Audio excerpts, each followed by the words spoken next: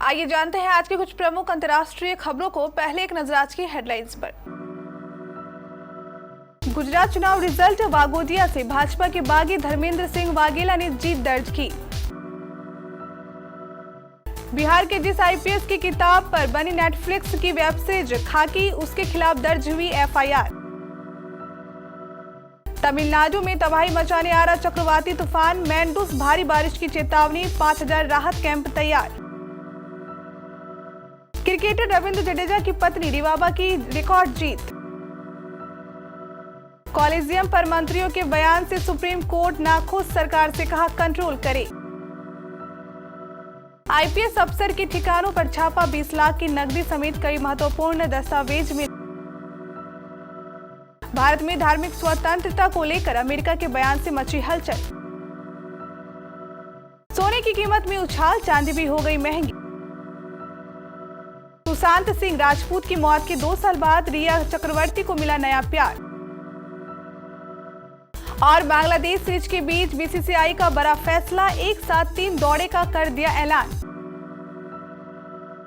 गुजरात विधानसभा चुनाव के नतीजे आने का दौर जारी हो गया है। सुबह 8 बजे से ही काउंसलिंग शुरू हो गई है। गुजरात में लगातार 7वीं बार सत्ता में आने की प्रबल संभावनाओं के साथ भारतीय जनता पार्टी इतिहास रचने जा रही है। भाजपा प्रदेश अध्यक्ष CR पाटिल ने कहा कि गुजरात की जनता पुनः भाजपा सरकार लाने का मन बना चुकी थी।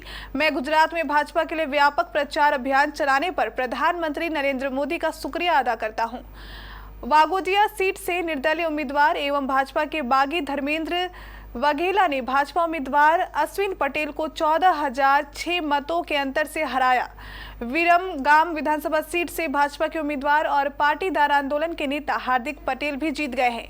उन्होंने आम आदमी पार्टी के प्रत्याशी अमर सिंह आनंद ठाकुर से करीब 51,707 वोटों से जीत हासिल की है।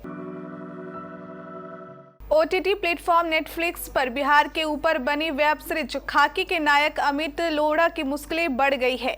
बिहार पुलिस में सीनियर आईपीएस अधिकारी अमित लोढ़ा के खिलाफ पटना में एफआईआर दर्ज हुई है। गुरुवार को स्पेशल ने स्पष्ट किया है कि गया के तत्कालीन आईजी अमित लोढ़ा पर भ्रष्टाचार के आरोप लगे थे, जिसके बाद एफआईआर दर्ज हुई। अमित लोढ़ा ने बिहार डायरी नाम से एक किताब लिखी थी, जो साल 2017 में पब्लिश हुई। इसी किताब पर नेटफ्लिक्स और फ्राइडे स्टोरी टेलर ने मिलकर खाकी the Bihar chapter web series बनाई। ये वेब सीरीज नेटफ्लिक्स पर 25 नवंबर को रिलीज हुई थी। इससे अमित लोढ़ा एसपी के रूप में नजर आ रहे हैं। तमिलनाडु में चक्रवाती तूफान का खतरा मंडराने लगा है। बंगाल की खाड़ी में बना कम दबाव का क्षेत्र गहरे दबाव में बदल गया है और यह गुरुवार शाम तक मैंडूस नामक चक्रवाती तूफान में तब्दील हो जाएगा। इस तूफान का असर उत्तरी तमिलनाडु, पुडुचेरी और निकटवर्ती दक्षिण आंध्र प्रदेश तटों पर होगा। अगले 48 घंटे में यह विकराल रूप ले सकता है। तमिलनाडु के उत्तरी तटीय जिलों में अगले 3 दिनों तक बहुत भारी बारिश होने की संभावना है। राज्य सरकार ने किसी भी आपात स्थिति से निपटने के लिए अपनी पूरी मशीनरी को तैयार कर लिया है। वहीं तूफान के खतरे को देखते हुए सावधानी बरती जा रही है। राज्य के सभी जिला कलेक्टरों को तैयार रहने का निर्देश दिया है और 6 जिलों में राष्ट्रीय आपदा मोचन बल की टीमें तैनात की गई है। गुजरात में भारतीय जनता पार्टी अपनी सबसे बड़ी जीत की ओर तेजी से बढ़ रही है। बता दें कि साल 1985 के चुनाव में कांग्रेस के नेता माधव सिंह सोलंकी के नेतृत्व में कांग्रेस ने तब गुजरात विधानसभा में 139 सीटें जीती थी। वहीं अब इस बार गुजरात विधानसभा चुनाव में भाजपा 150 सीटें जीत लेती है तो गुजरात विधानसभा चुनाव के इतिहास की यह सबसे बड़ी जीत होगी। भारतीय क्रिकेट टीम के ऑलराउंडर रविंद्र जडेजा की पत्नी रिवाबा जडेजा को भारतीय जनता पार्टी ने टिकट दिया था। काउंटिंग में ही रिवाबा जडेजा गजब की बढ़त बनाई हुई थी। रिवाबा जडेजा जामनगर की नॉर्थ सीट से जीतकर पहली बार विधायक बन चुकी है। उन्होंने 83,336 वोट मिले। दूसरे नंबर पर आम आदमी पार्टी के कसनबाई रहे, उन्हें 33,880 वोट मिले। तो वहीं कांग्रेस प्रत्याशी को 22,822 वोट मिले। सुप्रीम कोर्ट में कॉलेजियम सिस्टम को लेकर लगातार सुनवाई की जा रही है। गुरुवार को इस मामले में जब सुनवाई हुई तब कोर्ट केंद्र से खासा नाराज दिखाई दिया। कोर्ट ने दो टूक कहा कि जब तक कॉलेजियम सिस्टम है तब तक सरकार को भी उसे ही मानना होगा। सरकार इस बाबत अगर कोई कानून बनाना चाहती है तो बनाए, लेकिन कोर्ट के पास उनकी न्यायिक समीक्षा का अधिकार है। इस बात पर भी जोर दिया गया है कि सरकार में बैठे मंत्रियों को कॉलेजियम सिस्टम पर बयानबाजी करने से बचना चाहिए। आय से अधिक संपत्ति के मामले में फरार बिहार केडर के आईपीएस आदित्य कुमार की तलाश में स्पेशल विजिलेंस यूनिट की टीम ने बुधवार को मेरठ, गाजियाबाद और पटना के 3 ठिकानों पर छापा मारा। इन जगहों पर कार्रवाई के बाद 20 लाख रुपए नकद, बैंक खातों में 90 लाख रुपए की जमा राशि और कई महत्वपूर्ण दस्तावेज मिले हैं। मेरठ में टीम बुधवार सुबह 6 बजे सिविल लाइन स्थित सुभाष नगर गील नंबर 8 में उनके आवास पर पहुंची और करीब 3 घंटे तक परिवार के लोगों से पूछताछ की। कई महत्वपूर्ण जानकारी जुटाने के बाद टीम लौट गई। भारत में धार्मिक स्वतंत्रता को लेकर अमेरिका ने बड़ा बयान दिया है। अमेरिका ने साफ करते हुए कहा कि धार्मिक स्वतंत्रता के लिए भारत को इस साल अत्यंत चिंताजनक स्थिति वाले देश या विशेष निगरानी सूची में नहीं रखा जाएगा, जबकि चीन, पाकिस्तान और म्यांमार समेत 12 देशों को अमेरिका ने इस सूची में शामिल करने की घोषणा की है। अमेरिकी विदेश मंत्रालय के प्रवक्ता नेड प्राइस ने कहा कि भारत दुनिया का सबसे बड़ा लोकतांत्रिक देश है और वहां कई धर्मों को मानने वाले लोग रहते हैं।